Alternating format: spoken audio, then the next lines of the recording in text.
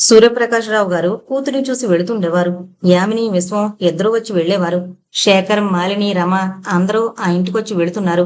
అశ్వినికి గాయం పూర్తిగా మానిపోయి మామూలుగా తిరుగుతోంది. బాబులో పెద్ద మార్పు లేదు. ఆమె దగ్గరగా చేరడం లేదు. దూరం దూరంగానే ఉంటున్నాడు.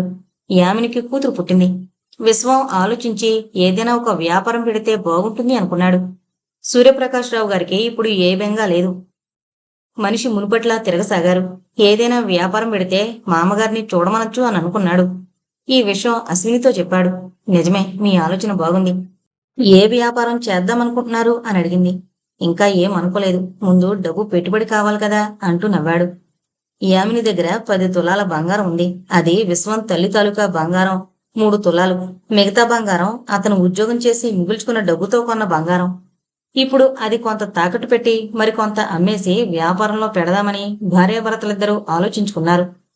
విశ్వానికి భార్య మెడలో బంగారం తీయడం ఇష్టం లేదు. అతను ఇంకా ఆలోచిస్తున్నాడు. అశ్విని ఒకరోజు మాటల సందర్భంలో భర్తకి ఈ విషయం చెప్పింది. వ్యాపారం గురించి పెట్టుబడి కోసం డబ్బు అవసరం వచ్చి బంగారం అమ్మేయడానికి నిశ్చయించుకున్నారు అని. అతను మౌనంగా విని ఊరుకున్నాడు. ఇక మళ్ళీ ఆ ప్రసక్తి రాలేదు వాళ్ళిద్దరి మధ్య. 3 నెలలు గడిచిపోయాయి. ఆ రోజు ఉదయం అర్జున్రావు పనుండి ఎక్కడికో వెళ్ళాడు. అశ్వినికి ఆ రోజు గుండె బద్దలైపోయింది. ఈ విషయం పైకి చెప్పాలా మానాలా, ఇప్పుడు ఏం చేయడం? ఆమె మనసంతా ఆ దొల భయంగా బెంగగా మారిపోయింది. యామిని విశ్వం దగ్గరకు వెళ్లి భోరుని ఏడ్చింది. వాళ్ళు విషయం విని నిశ్చేష్లయ్యారు. ఈ విషయం ఆయనకు చెప్పమని సలహా ఇచ్చారు వాళ్ళు. తల అడ్డంగా విదిలించింది. వీల్లేదు, ఈ విషయం ఆయనకు తెలియడానికి వీల్లేదు అంది బాధగా. అలా ఎన్నాళ్ళు ఆయనకి ఈ విషయం తెలియకుండా దాయగలరు? ఆయనకు చెప్పేయడమే మంచిది అన్నాడు విశ్వం నచ్చజెప్తున్నట్టుగా. చెప్పడానికి వీల్లేదు. ఆయనకు తెలిస్తే భరించలేరు, తట్టుకోలేరు ఈ నిజం తెలిస్తే. వదినగారు అన్నాడు అయోమయంగా చూస్తూ. అంతే విశ్వం, ఈ రహస్యం మన మధ్య ఉండిపోవాలి అంది దృఢ నిశ్చయంతో. విశ్వం ఇక ఆమెకు చెప్పి లాభం లేదని మౌనంగా ఉండిపోయాడు. ఆ తర్వాత అతను ఆమె చెప్పిన విషయం గురించి వరుసగా 10 రోజులు ఊరంతా గాలించాడు. ఎంత గాలించినా అసలు విషయం తేలలేదు. అశ్విని ఇక ఆ విషయం అంతటితో ఆపేయమని, ఆ విషయం మరిచిపోదామని చెప్పింది. ఈ యామిని, విశ్వం ముఖాముఖాలు చూసుకుని అలాగే అన్నట్టు తల ఊపి మౌనం వహించారు. రోజులు గడుస్తున్నాయి. 3 నెలలు గడిచిపోయాయి. అశ్వినికి బాబంటే మనసులో ఏదో భయం బెరుగ్గా అనిపించసాగింది. బాబుని దగ్గరకు తీసుకుని ముద్దులాడాలి అంటే అదే విషయం గుర్తుకొచ్చి గుండెల్లో దడొచ్చి వణుకు పుట్టుకొస్తూ భయం అనిపించసాగింది. మనసుకి ఎంత సరిపెట్టుకోవాలని ప్రయత్నించినా సరిపెట్టుకోలేకపోతోంది. బాబు ఆమె కంటికి పసివాళ్లా కనిపించడం లేదు. 25 ఏళ్లవాళ్లా కనిపిస్తున్నాడు. అర్జున్రావుకి ఈ విషయాలేమీ తెలియవు. మునుపట్లానే ఉంటున్నాడు. భార్యని, కొడుకును ప్రేమగానే చూస్తున్నాడు. అశ్విని ఆ రహస్యాన్ని గుండెల్లో దాచుకుని కుమిలి కుమిలి ఏడవసాగింది. అనుక్షణం ఆమెకు శాంత మాటలే చెవుల్లో మారుమ్రోగసాగాయి. గుండె రాయి చేసుకుంటూ పైకి మామూలుగానే తిరగసాగింది. ఆ రోజు రాత్రి అశ్విని మంచం మీద కళ్ళు మూసుకుని పడుకుంది. అర్జున్రావు ఆమె నడుం మీద చేయి వేస్తూ అశ్విని అంటూ మృదువుగా పిలిచాడు. కళ్ళు విప్పి చూసి చిన్నగా నవ్వింది. ఏంటి అన్నట్టు. నీకు నిద్రొస్తోందా అడిగాడు. అంది మెల్లగా. నాకు నిద్ర రావడం లేదు. ఆమె కళ్ళలోకి చూశాడు. అతని కళ్ళల్లో కోరిక కొట్టొచ్చినట్టుగా కనిపించసాగింది. అశ్విని అతని వైపు చూస్తూనే గ్రహించుకున్నట్టుగా చొప్పున ముఖం తిప్పేసుకుంది. ఆమె గుండెలు ఎందుకో ఆ రోజు దడదళ్లాడాయి. ఏదో భయం లాంటిది ఆమె శరీరాన్ని చుట్టేసింది. అశ్విని ముఖం తిప్పుకోగానే సిగ్గు అని భావించి ఆమె ముంగురులు ప్రేమగా సవరిస్తూ నుదుటి మీద ముద్దు పెట్టుకున్నాడు. నడుం మీదున్న అతని చేతిని మెల్లగా తొలగించేస్తూ అటు తిరిగి పడుకుంది. అతను నవ్వుకుంటూ ఆమెను బలవంతంగా ఇటు తిప్పాడు. నాకు నిద్రొస్తోంది అంది మెల్లగా. తనని ఉడికించడానికి అంటోంది అని నవ్వుకుంటూ, నిద్రొస్తోందా?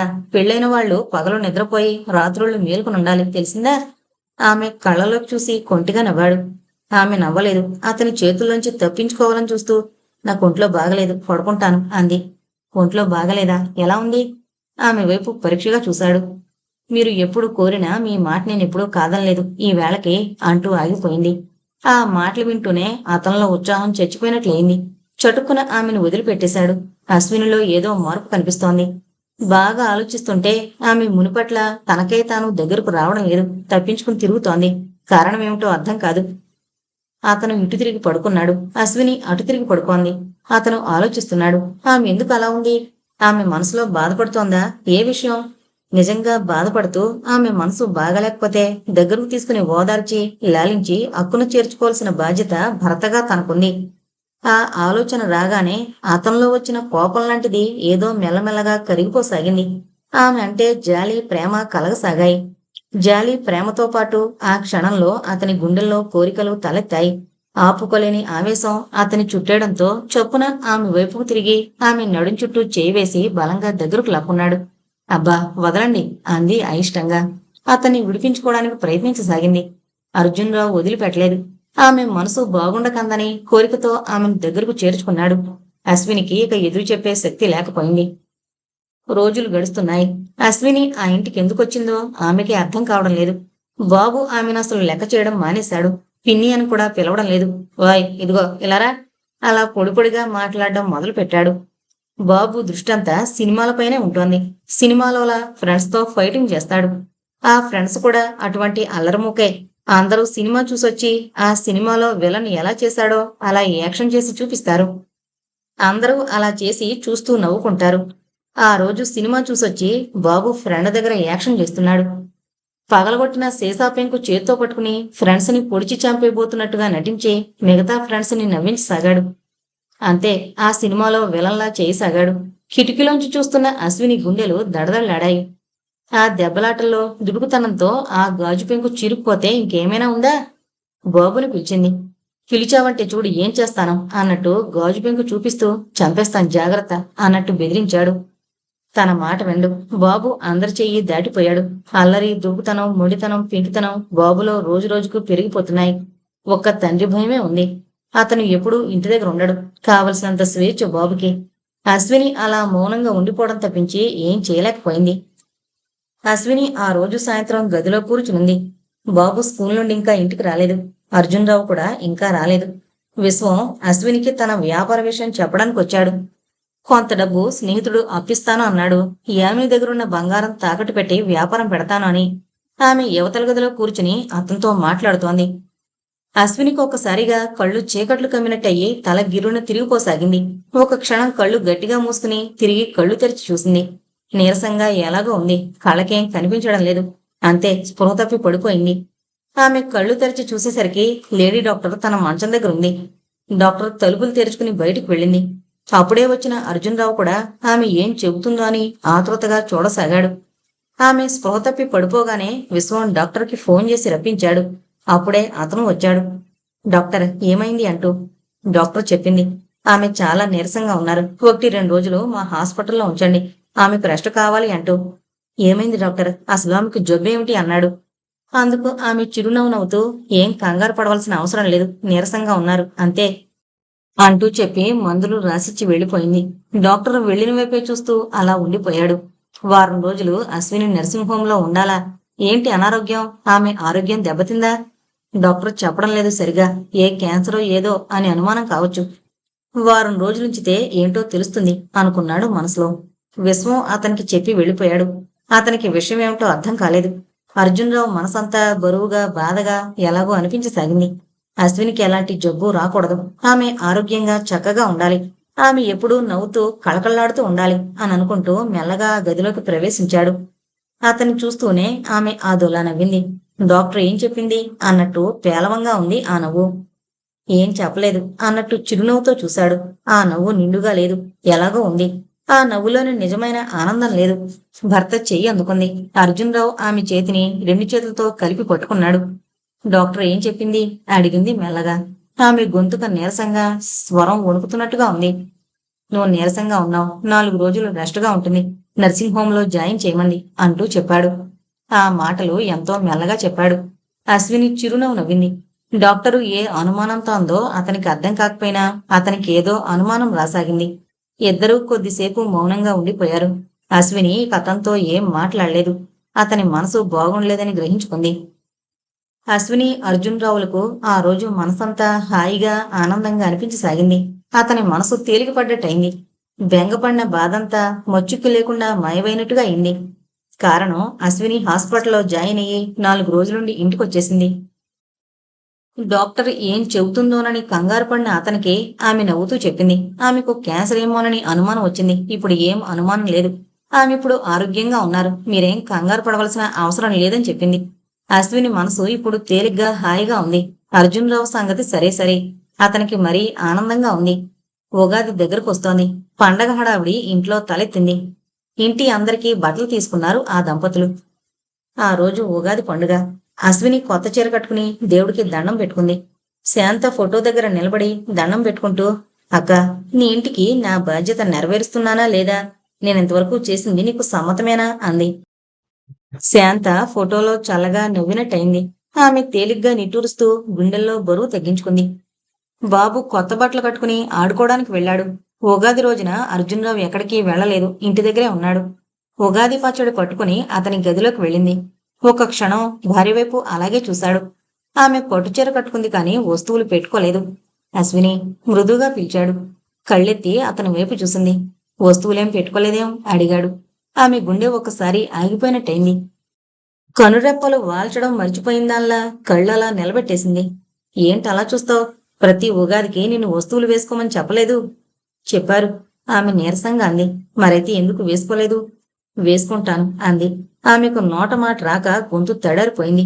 వెళ్ళి వేసుకురా అన్నాడు. ఆమె మాట్లాడలేదు. తిరిగి వెళ్లాలంటే శక్తి లేదు. పాదాలు నేలకు అంటుకుపోయినట్టుగా ఉన్నాయి. వెళ్ళస్విని, అలా నిలబడిపోయావేమిటి? అతనికి ఆ రోజు భార్య ప్రవర్తన వింతగా ఉంది. వెళతాను, ముందు ఉగాది పచ్చడి తీసుకోండి మెల్లగా అంది. తీసుకుంటాను, ముందు వస్తువులు వేసుకునిరా. ఆమె అక్కడి నుంచి కదల్లేదు. ఏంటశ్విని? కనిపించినట్టు అడిగాడు. ఇప్పుడు వేసుకోవాలంటారా? ఆమె స్వరం నూతులోంచి వెలువడినట్టుగా ఉంది. వేసుకోమని చెబుతున్నాను. నాకిప్పుడు వేసుకోవడం అంటూ నసిగింది. ఇష్టం లేదా? సూటిగా అడిగాడు. లేదన్నట్టుగా తల తిప్పింది. కారణం? కారణం ఏమీ లేదు, ఊరికే అంటూ చిన్నగా నవ్వింది. అతన్ని ఆ మాటల్లో నుండి తప్పించడానికి ప్రయత్నిస్తూ అతను ఊరుకోలేదు. పట్టుదలగా అన్నాడు. ప్రతి ఉగాదికి శాంత ఆ వస్తువులు పెట్టుకునేది. తర్వాత నువ్వు పెట్టుకున్నావు. ఈసారి ఎందుకు మానేయడం? వెళ్ళి పెట్టుకున్నా. ఆమె వెళ్ళలేదు, కదిలే ప్రయత్నం చేయలేదు. మౌనంగా నిలబడిపోయింది. అశ్విని దగ్గరగా వెళ్లి భుజం మీద చేయి వేశాడు. ఆమె బేలగా భర్త కళ్ళలోకి చూసింది.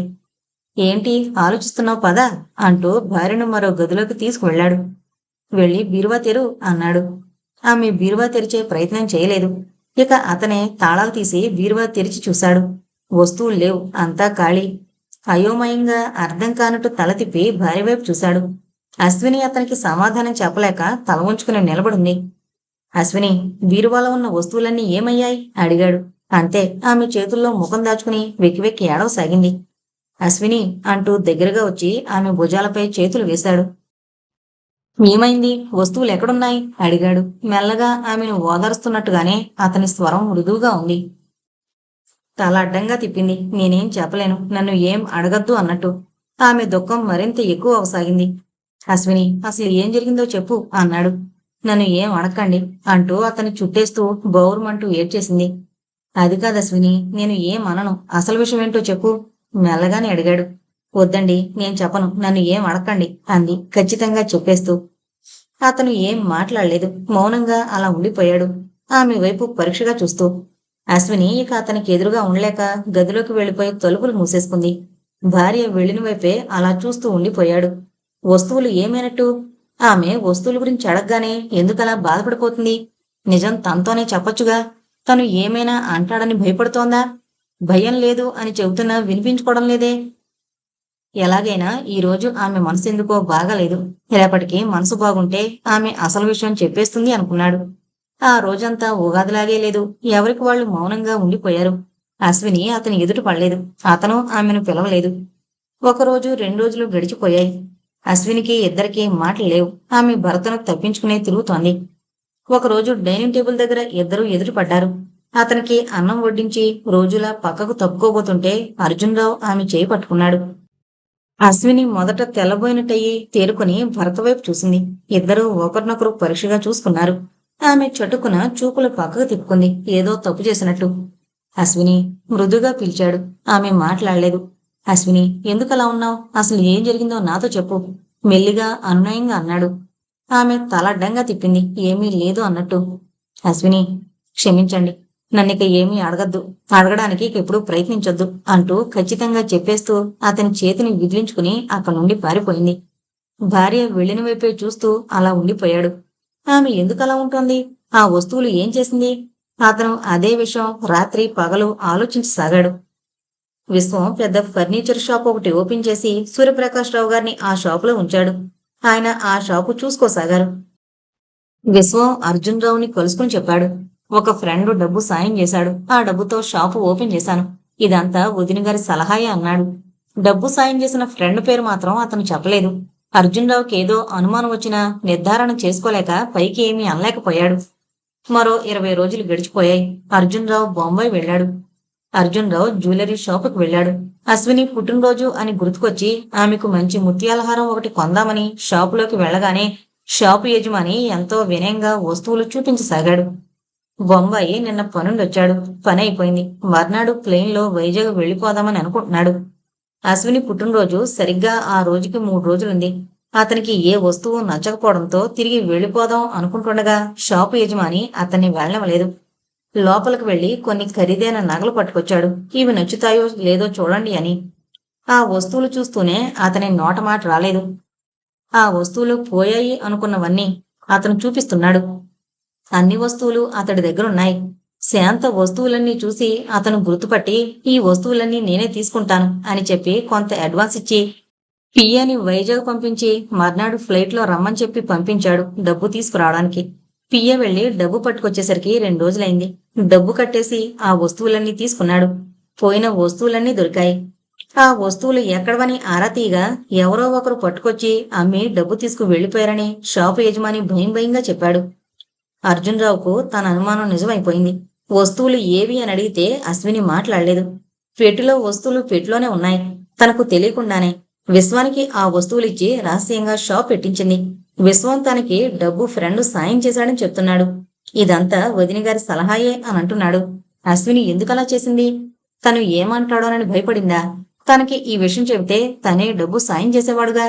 అడగకుండా ఇవ్వడం దేనికి అని తను ఊరుకున్నాడు. తనకి ఒక్క మాట మాత్రం కూడా చెప్పకుండా అన్ని విలువైన వస్తువులు ఇచ్చేసిందా? తాకట్టు పెడతానని చెప్పాడు కాబోలు ఏకంగా అమ్మేశాడు. ఆ విషయం చెప్పలేక తనలో తాను బాధపడిపోయింది.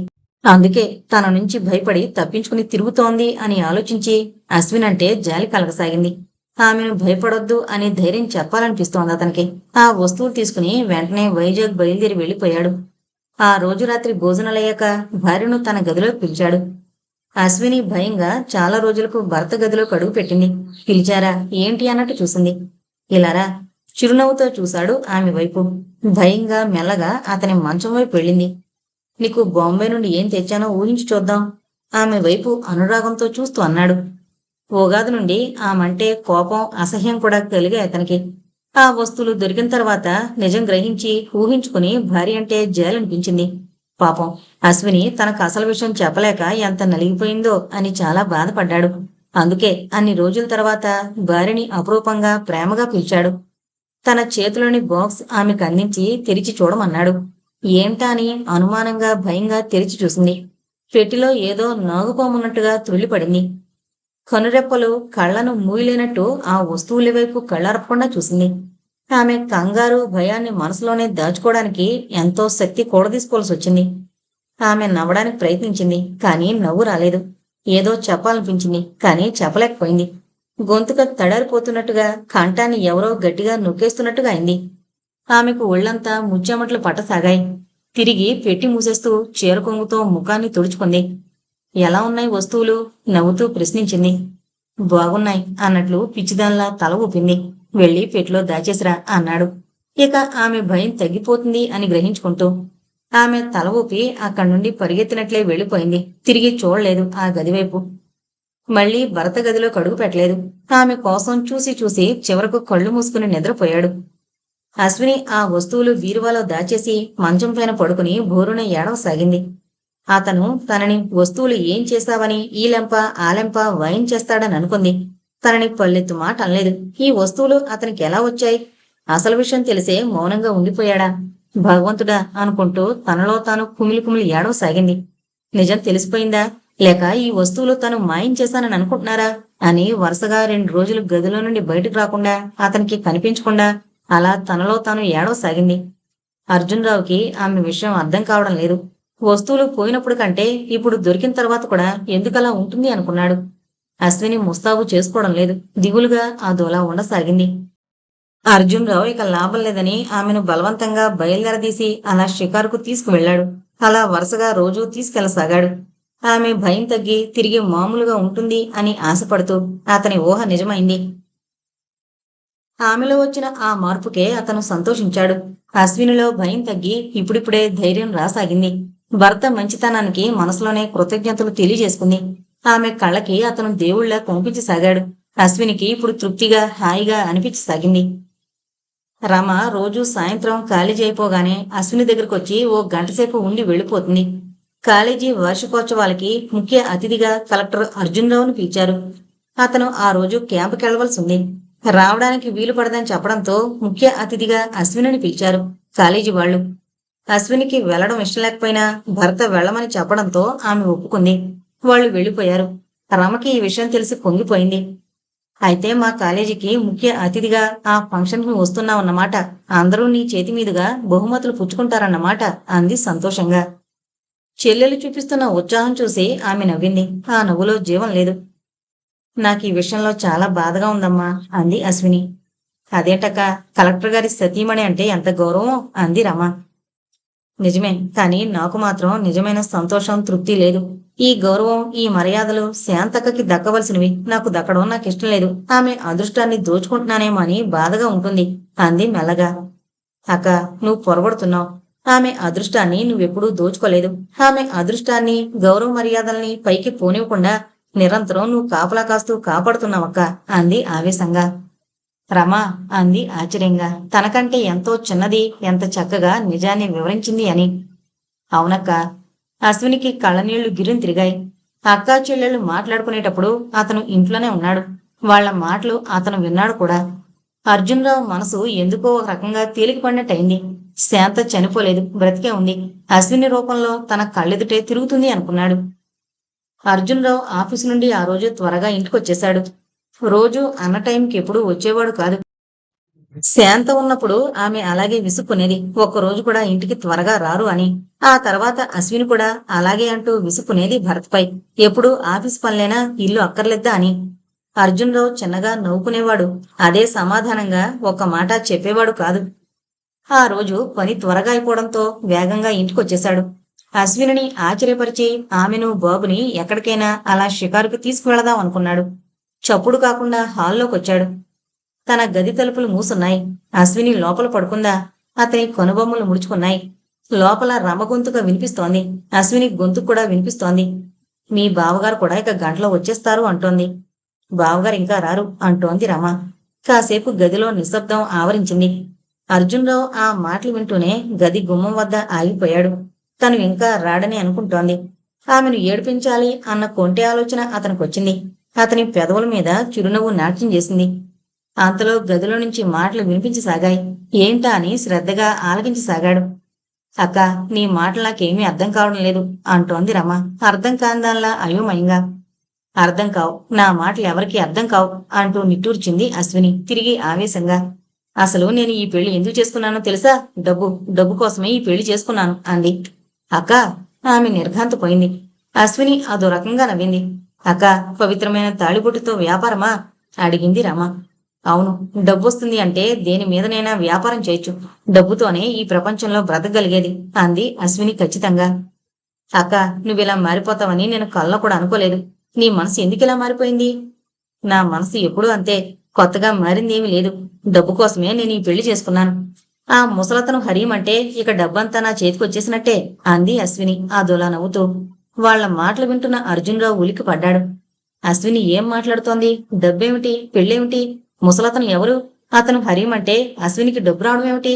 ఆమె మాటలు అతనికి ఆశ్చర్యంగా వింతగా అనిపించాయి. ఆమె ఎవరి గురించి ఏం మాట్లాడుతోంది?